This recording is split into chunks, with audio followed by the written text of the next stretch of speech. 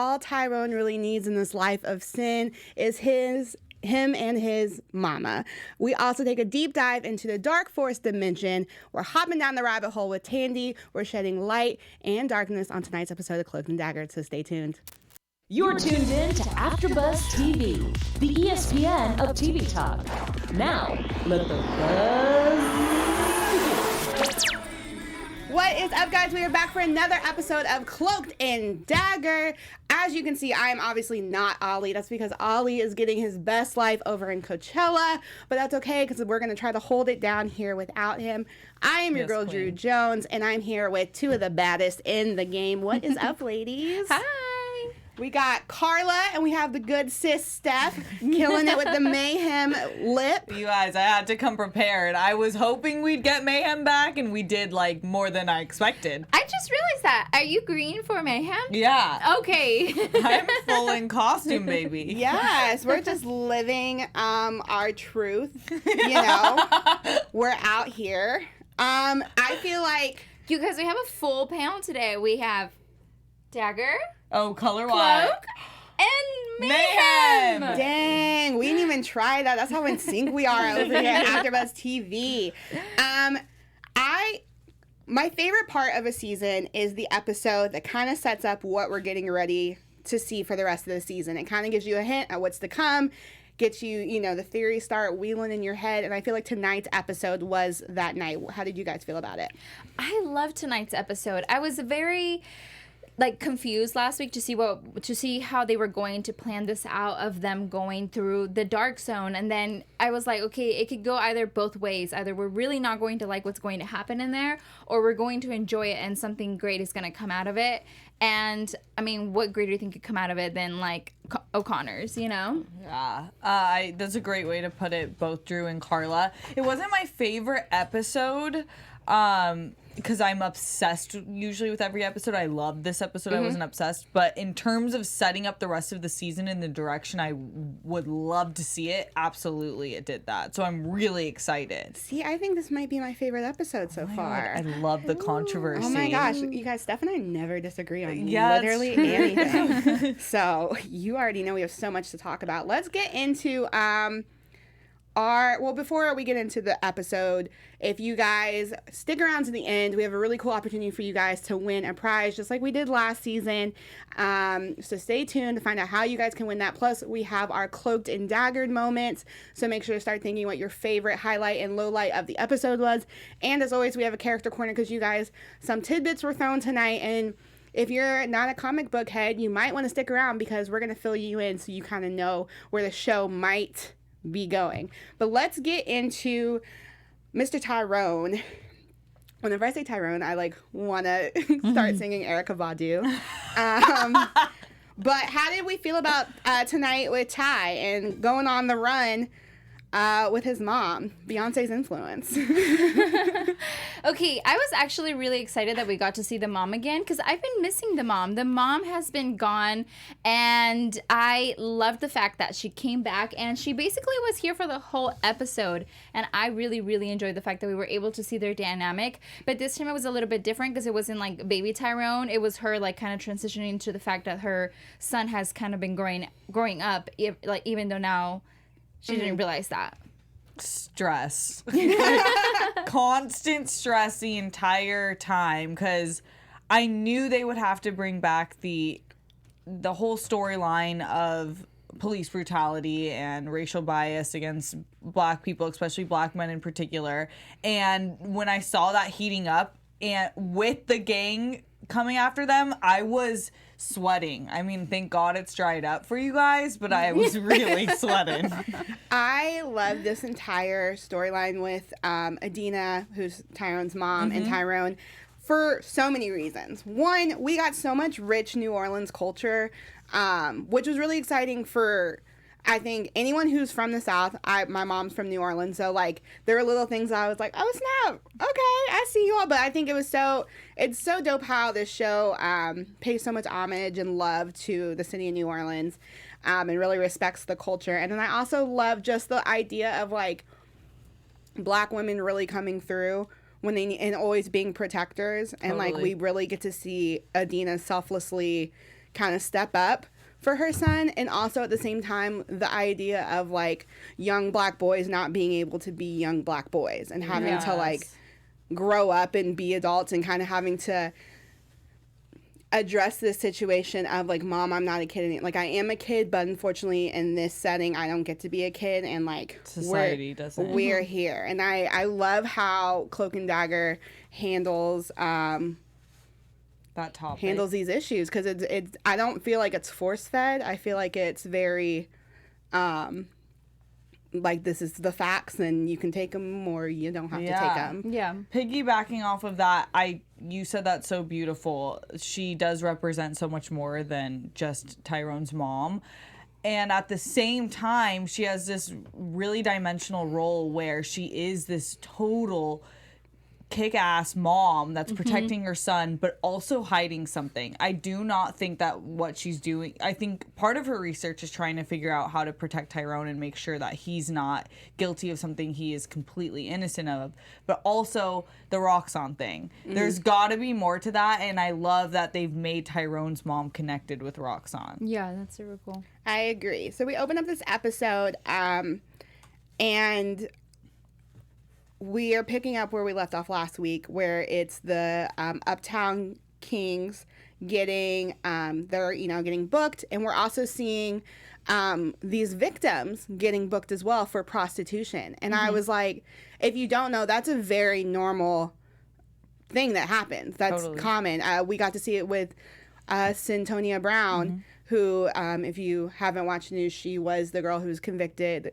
for second-degree murder. Yeah. And Kim Kardashian ended up helping her get out of jail because the simulation's broken. And the whole reason she was getting arrested was because of they claimed her to be prostituting, but in reality, she was She was trafficked, and she killed one of the guys who bought her for sex. Yeah. And that's completely self-defense. Yeah. But under the laws, they're not protected, and people don't realize that. They're only considered prostitution. There's no area of space to understand that there's a difference between sex workers, prostitutes, and victims of sex trafficking. Yeah, and I think it's insanely dope of this show to handle sex work so delicately, because there are so many levels to it. And we see, Bridget is like, you can't book her for this. This is not prostitution. Like, she's the victim here. And him saying like, well, if she confesses, then we'll drop the charges. And she's like, she's not scared of y'all. She's scared of them. And it's true. There's so many women who are stuck in this lifestyle, and it's not a matter of, oh, why can't you get up and leave? It's kind of like the domestic violence thing we've been talking about.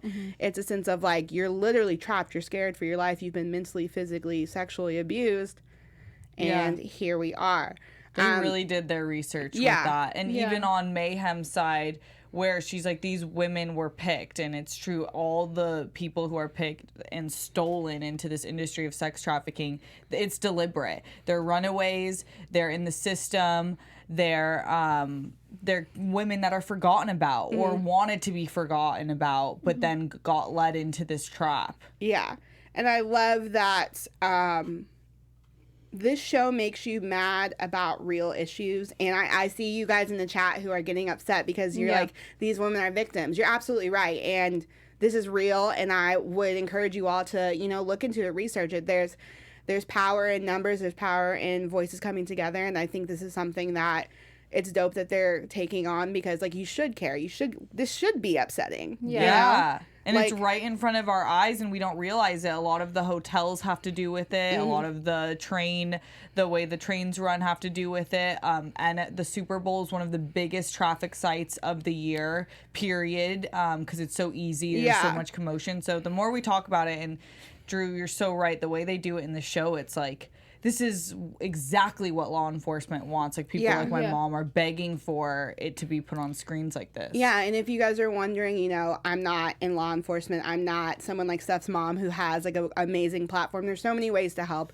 You can look. There's so many organizations. I know my mom started an organization down in Florida where her and people go down to areas where there's known sex trafficking, and they bring food and clean clothes, and they try to help orchestrate ways for these girls to get out of it. And so it's super dope.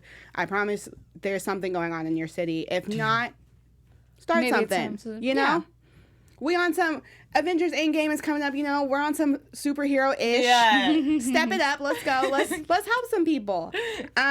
Love it, Drew. Hype me up. Yes. But while this is all going on, someone from the gang sees Tyrone's wanted poster, which, side note, Aubrey, when you get in here, we're going to have to talk because this lip biting in your mugshot, I can't have it. Can't handle it. It's too much.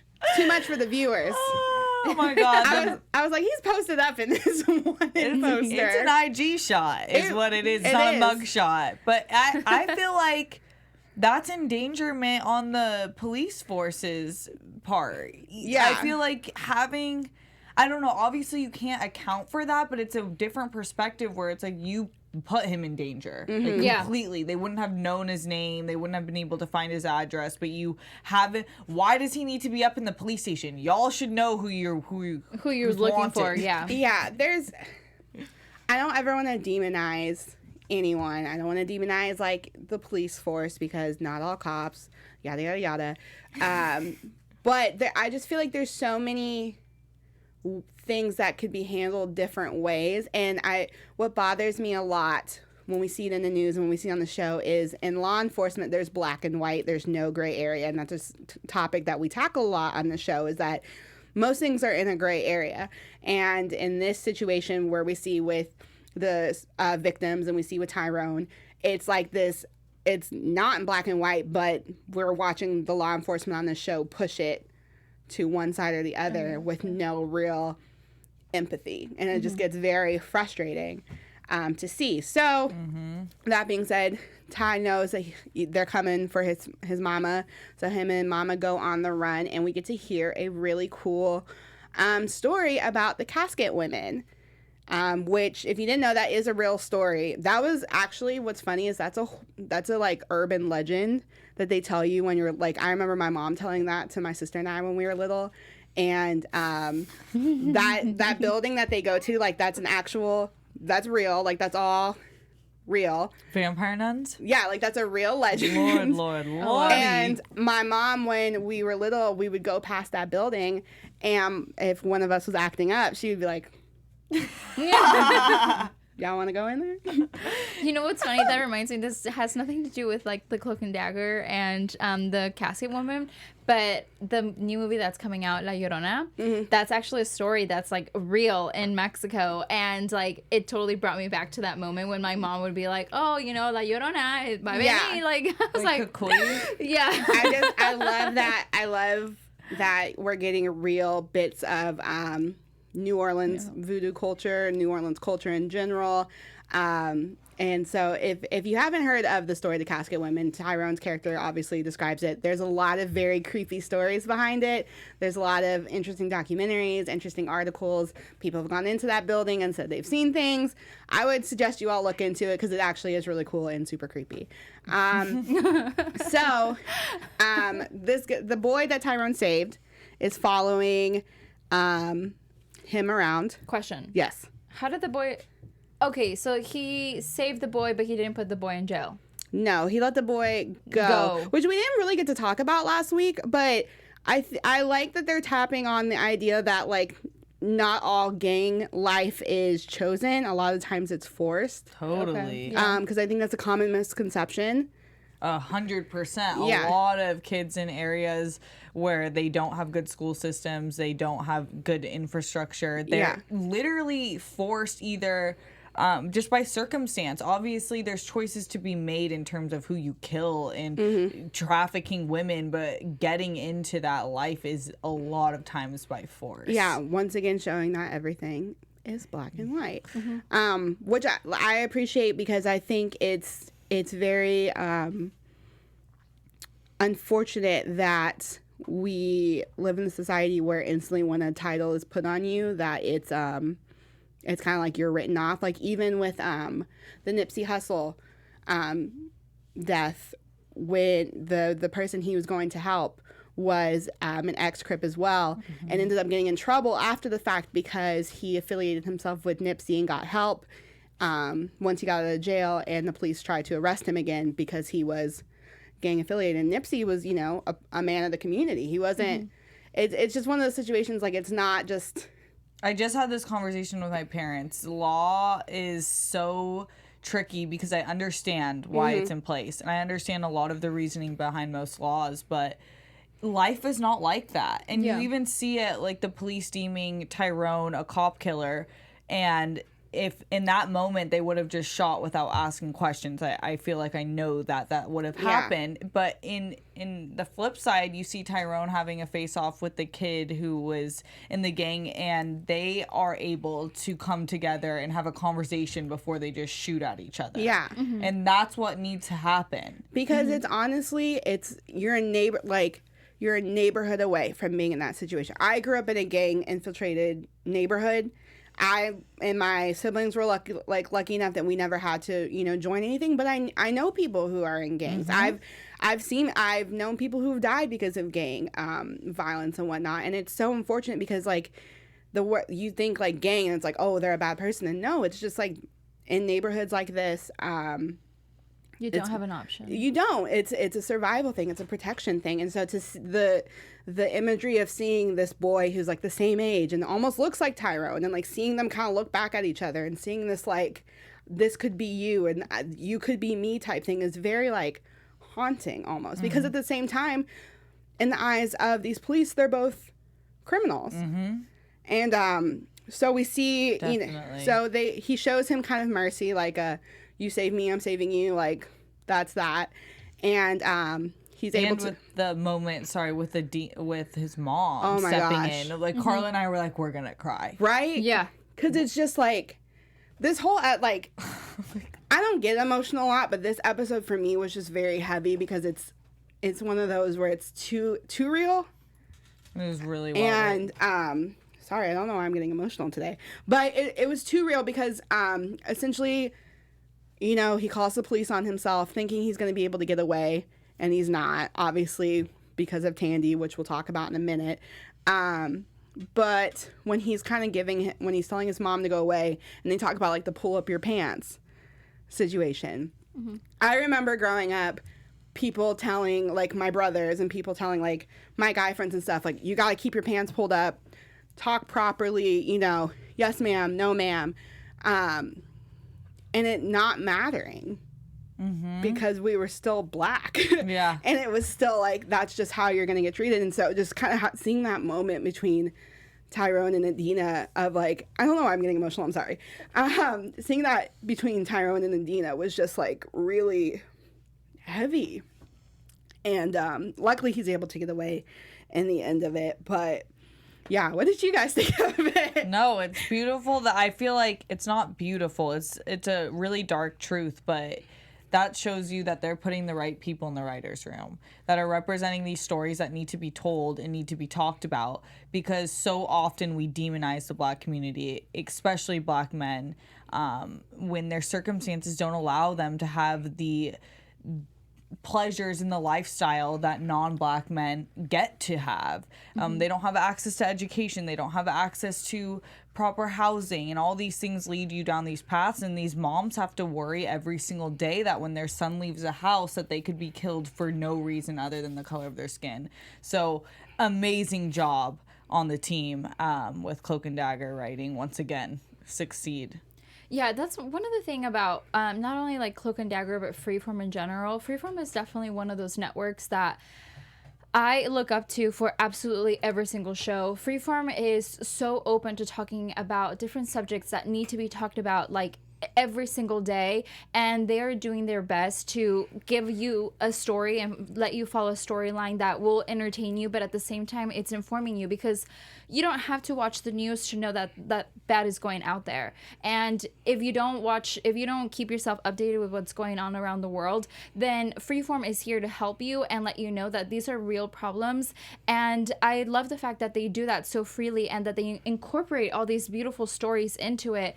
And I just honestly always give them props for doing it. I literally, Freeform has been one of my favorite networks that I've like grown up watching, and till this day it's one of those that I will cover absolutely every single show from it because I know that they're going to cover something important. Now I'm sweating and Paco's eating my shoelace. And Join the team, baby. it's just a freaking rabbit hole of destruction over here. But Steph, if people want to watch us cry, Yes, I was cry going on to say other that. after Speaking of a shows. great rabbit hole, you can check out all the rabbit holes of AfterBuzz. We have a bunch of different channels to check out on YouTube.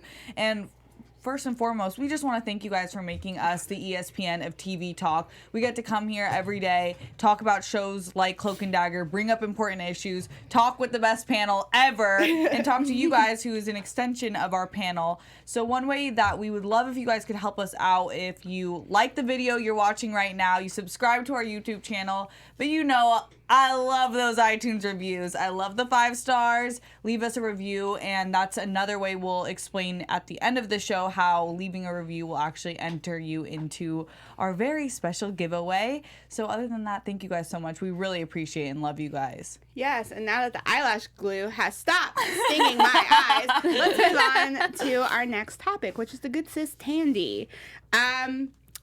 There is something that they've been doing subtly, and we kind of talked about it before.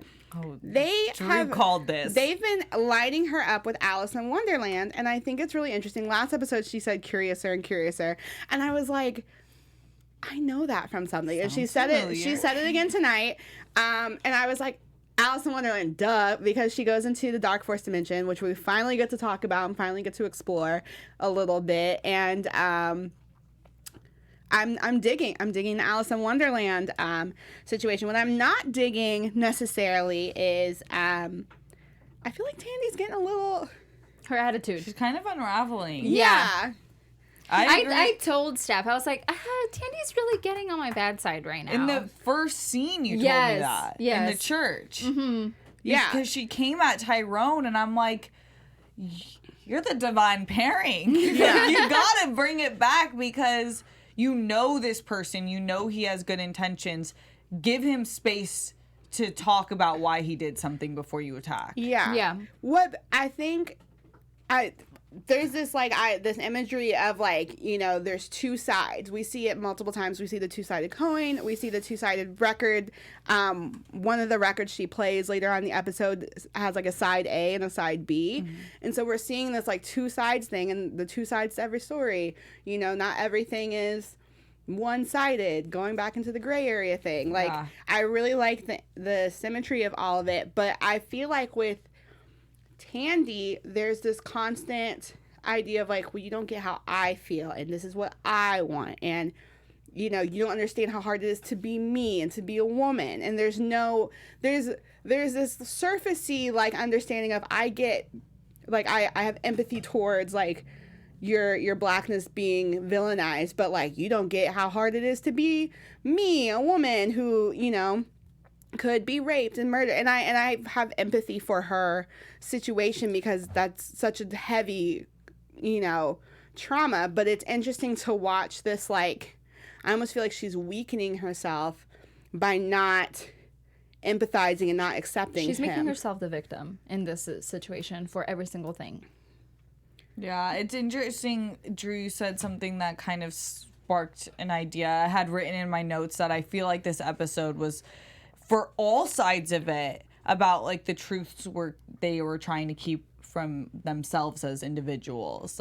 We're so dimensional, and we want to suppress these bad memories, and then they manifest in these ways. And I think that's what's happening with Tandy, is that she's having a manifestation of all the negative memories that she suppressed, and they're sealed in these records that she's now playing. And I think deep down she knows that they've always been there. She just never let them surface. Yeah, and it's very interesting watching her kind of live these situations, because it's you're not addressing your trauma, you're just basking in it, and by doing so you're almost weakening yourself, because she Mayhem kind of jets off while you're basking in this anger, and when Mayhem starts to make sense that maybe or when Mayhem's like, hey, maybe you shouldn't do this because this is too much, you should be like, maybe you're right.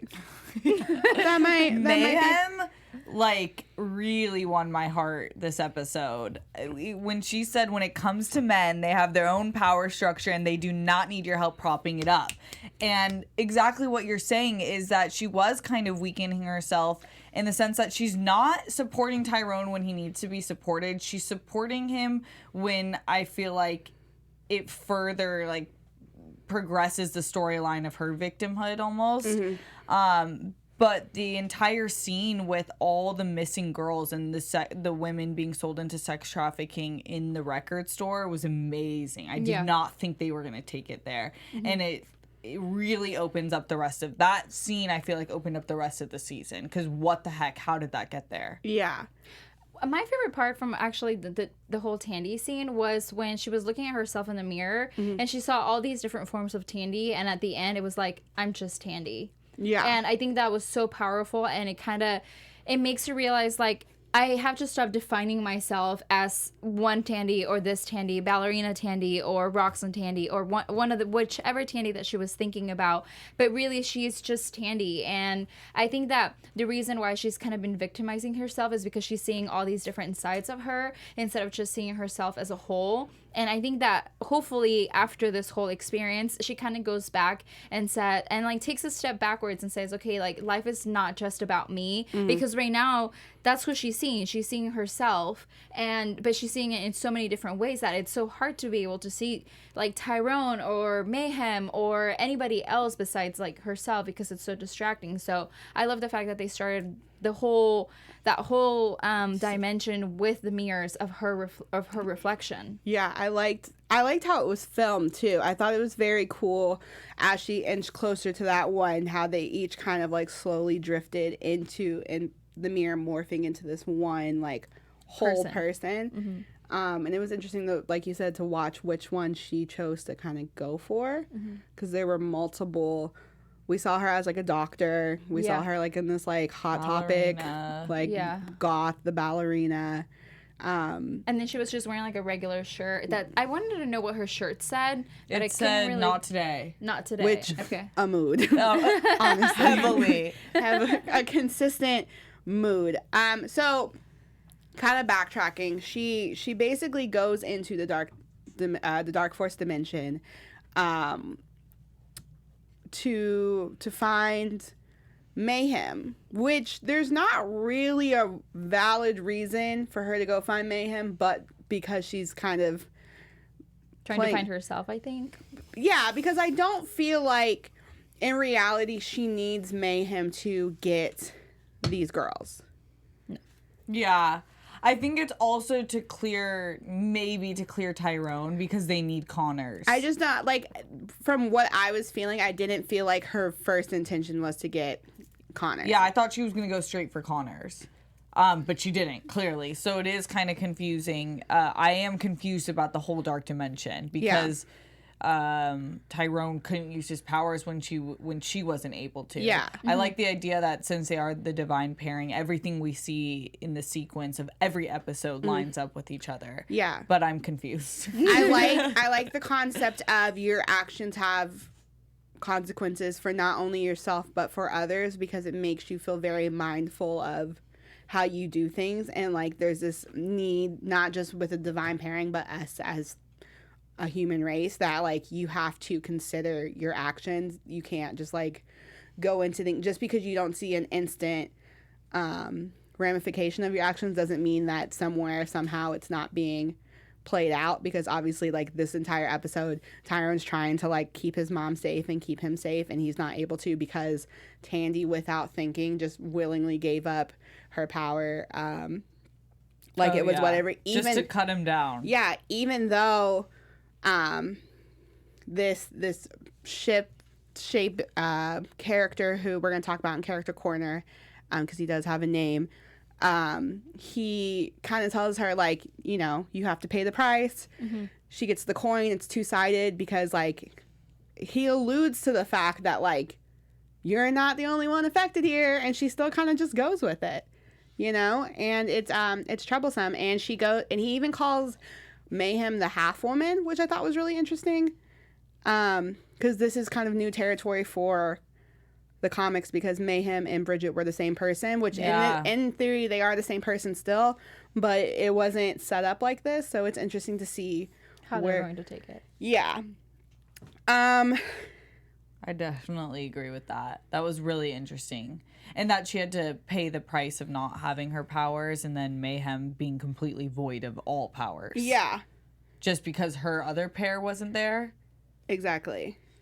It's interesting to see the pairings play out as two separate people with full force feelings, and then as one person separated into two bodies, and to see how their struggles kind of line up. Because we're seeing like the struggle within, and then the struggle to connect and empathize amongst people. So I think that's really cool. So Connors, listen. You grew a beard back, you're still the devil. Yeah, you still suck.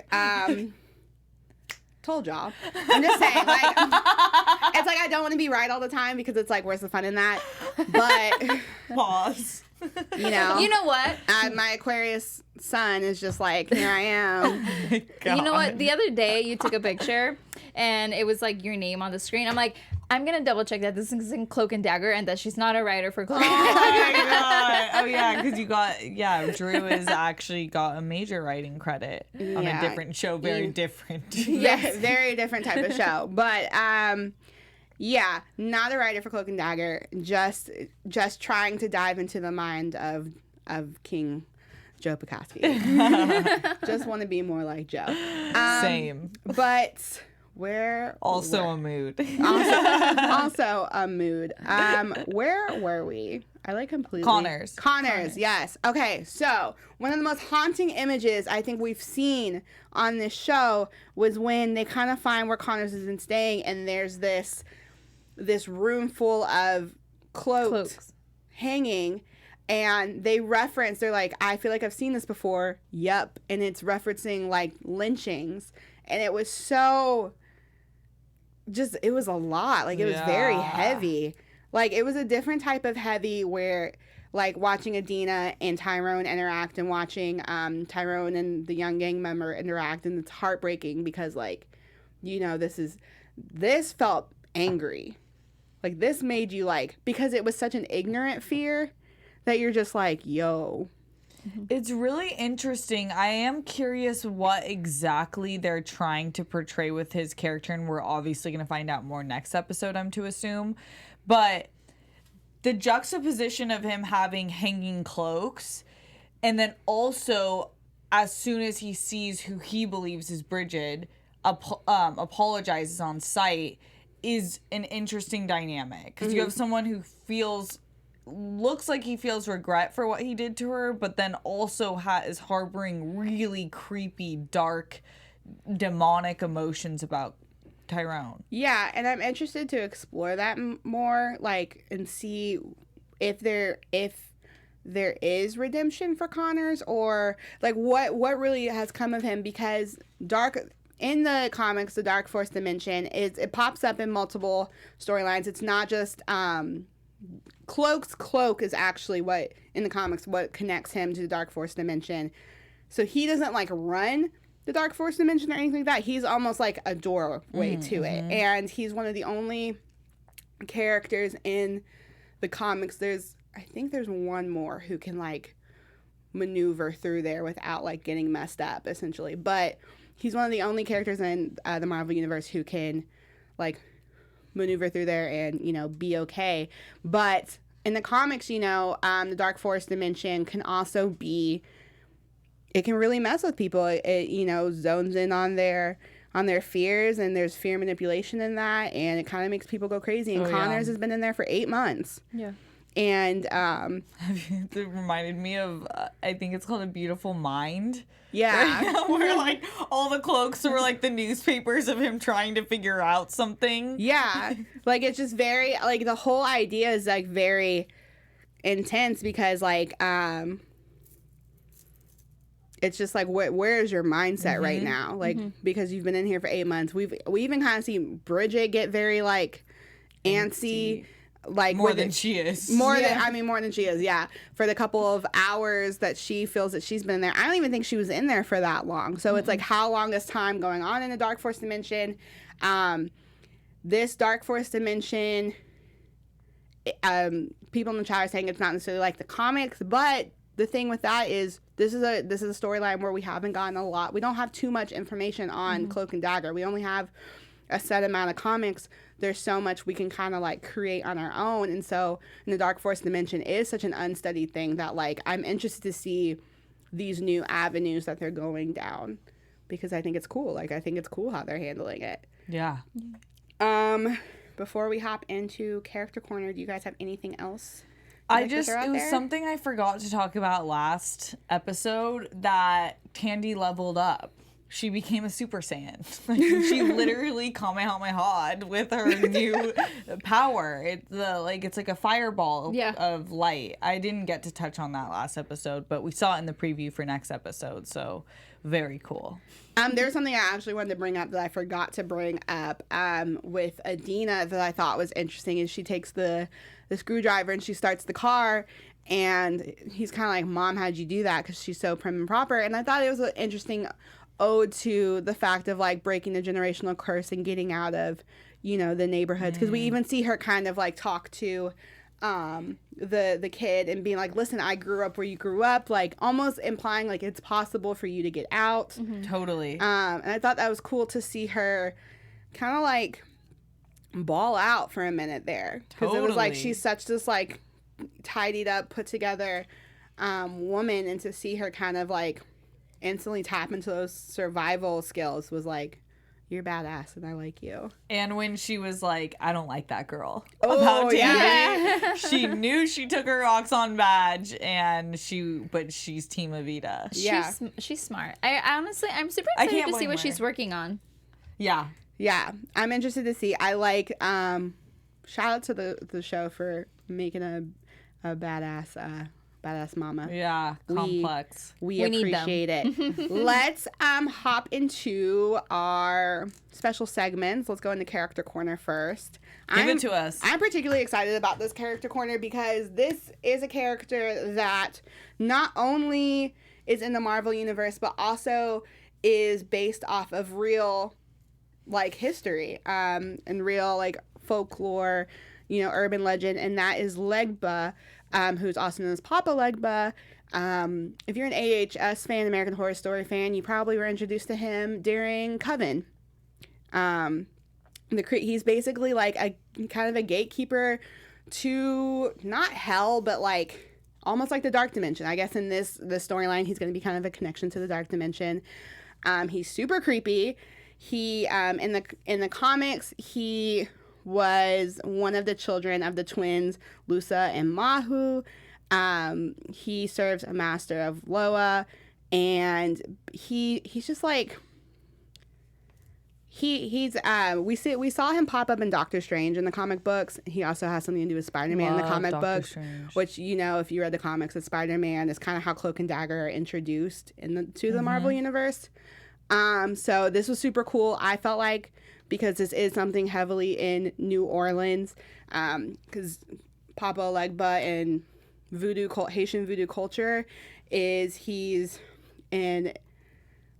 like the connection between the Loa, which is like afterlife for those who haven't lived the most honest of lives, and humanity. He stands at a spiritual crossroad and gives or denies permission to speak with spirits, and is believed to speak all human languages. He's a creepy dude. Not gonna lie. Okay. Yeah. So, but he's a serious big bad, and it kind of feels like, I don't know if they're gonna go in this direction, but introducing him, I don't think it was for nothing. Yeah, because he comes into the form of Fuchs to Mayhem, and he comes into the form of baby Tyrone to Tandy, and I think his ability to shapeshift is something we need to remember. Really creepy. Yeah, and the idea that like everything has a price. Like, it's very like transactional. It's very black and white. And I think he, even seeing the room full of records with all these girls' faces and stuff, like, it kind of makes you feel like these girls are transactions. Yeah. And so I feel like it has to probably play into that story as well. Yeah. So Dang. I because they even say like this, you know, there's monsters out there. This is a lot more. The monster might even be in here. And I obviously it felt like they were alluding to Connors, but I actually think the real monster might be Papa Legba. Yikes. So Big yikes. that's my character corner.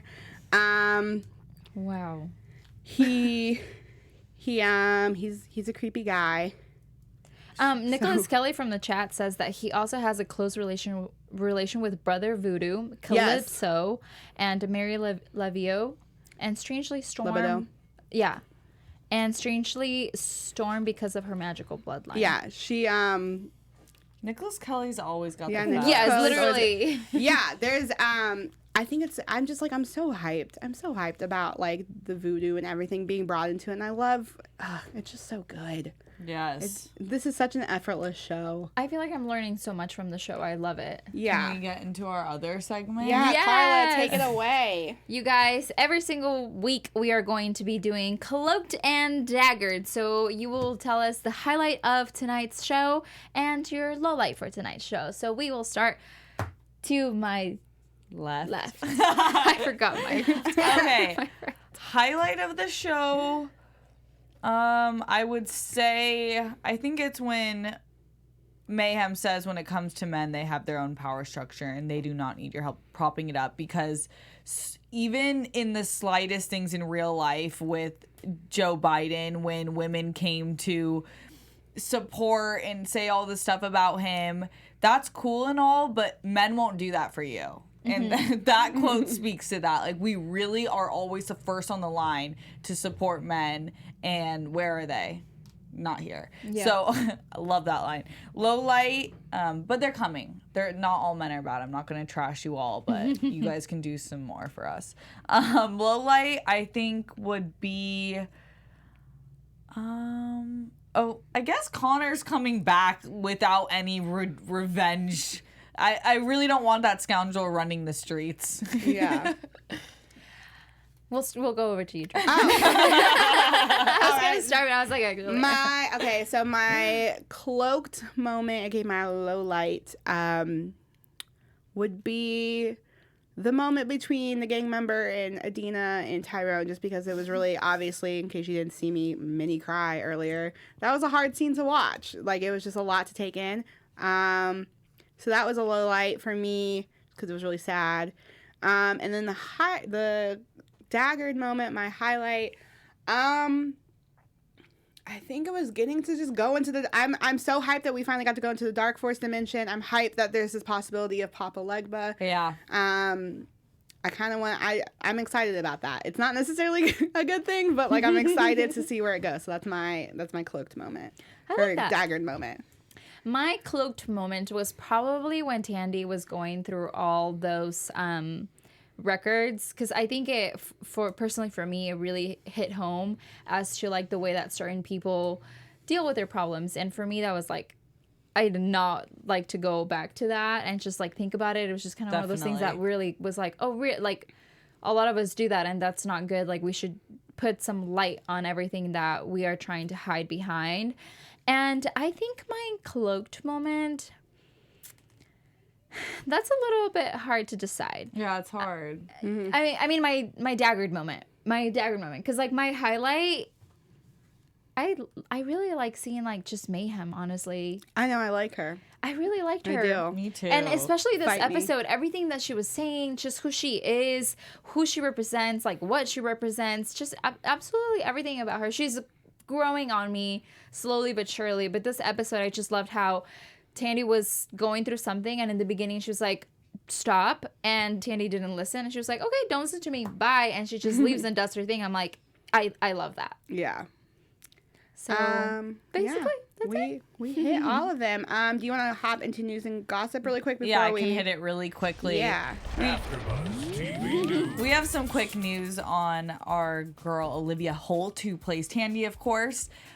She had a great interview with Town and Country Mag, and they asked about her finishing filming for this season of Cloak and Dagger and if she was going to jump into another project. And she says, quote, "I always need some sort of break to decompress, especially after a show like this, which can be exhausting physically and emotionally. But I like to keep busy. Right now I'm focusing on music and putting acting on the side for a bit. I've been away for months filming, putting my energy into that work, so I want to put the same focus into music, not rush it." Love that, because we did get a soundtrack from her. I mean, that was actually her singing when she played the record, and she has an amazing voice. So it's crazy to think that both her and we have both the main actors are artists all around. We want to collab. Give it to us. All right. Thank you so much for that. No problem. You guys, I see you all in the chat. We appreciate you guys constantly coming to hang out with us in the chat. If you guys want to win, I suck and I left it in the car, but we have this dope Cloak and Dagger comic book.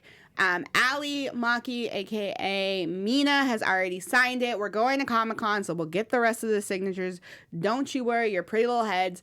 But if you want to win it, you guys got to keep showing up. You guys got to keep commenting. You got to give us those 5 stars. And, you know, hang out with us on social media. Live tweet with us. Like, let's have a good time, because we're watching and we're writing your names down. We're checking the list twice. We're finding out who's naughty and nice. Oh, yes, baby. So I'm just saying, if you want it, come and get it. Let's do predictions before we hop up out of here. Okay. Your AfterBuzz TV predictions. Really quick prediction. It's hard because we saw the previews, but we're gonna see a Connors and Tyrone face off. Yeah. That was my prediction. It's okay. Yeah, I was going to say that Connors was just going to come back and they were going to hopefully end it. At the end of the wars. This is my prediction. It's a little off the wall. I don't know. So just stick with me for a second. I think that Connors is obviously back. He's been in the dark force dimension for a long time. We know that Papa Legba is a shapeshifter. I'm not necessarily saying this is him, but I would be interested to see if maybe he shapeshifts as Connor and that's how he's able to get out of the dark force dimension. And maybe we're dealing with something bigger than Connors. Yikes. That's my prediction. Your predictions are the best. I don't know, though. So just, I don't know. Don't hold it to me. But you guys, we've had so much fun. Make sure to come hang out with us again next week. I am your girl, Drew Jones. You guys can slide into the DMs at OKDrewJ. I love the remix. You guys, thank you so much for tuning in. I saw your guys' lowlights and highlights on here. Thank you so much for being a part of it. We're so sorry we're running out of time and we can't say them out loud, but thank you for joining us. I am Karla Beltran. You can follow me on Instagram at I am Karla Beltran. I'm Steph Sabraw. You can find me on Instagram and Twitter at Steph Sabraw. All right, guys. And make sure to follow Ali Dreamer. He'll be back with us next week. And until next time, keep it funky, y'all. Bye. Our founder, Keven Undergaro, and me, Maria Menounos, would like to thank you for tuning in to AfterBuzz TV. Remember, we're not just the first, we're the biggest in the world, and we're the only destination for all your favorite TV shows. Whatever you crave, we've got it. So go to AfterBuzzTV.com and check out our lineup. Buzz you later. The views expressed herein are those of the hosts only and do not necessarily reflect the views of AfterBuzz TV or its owners or principals.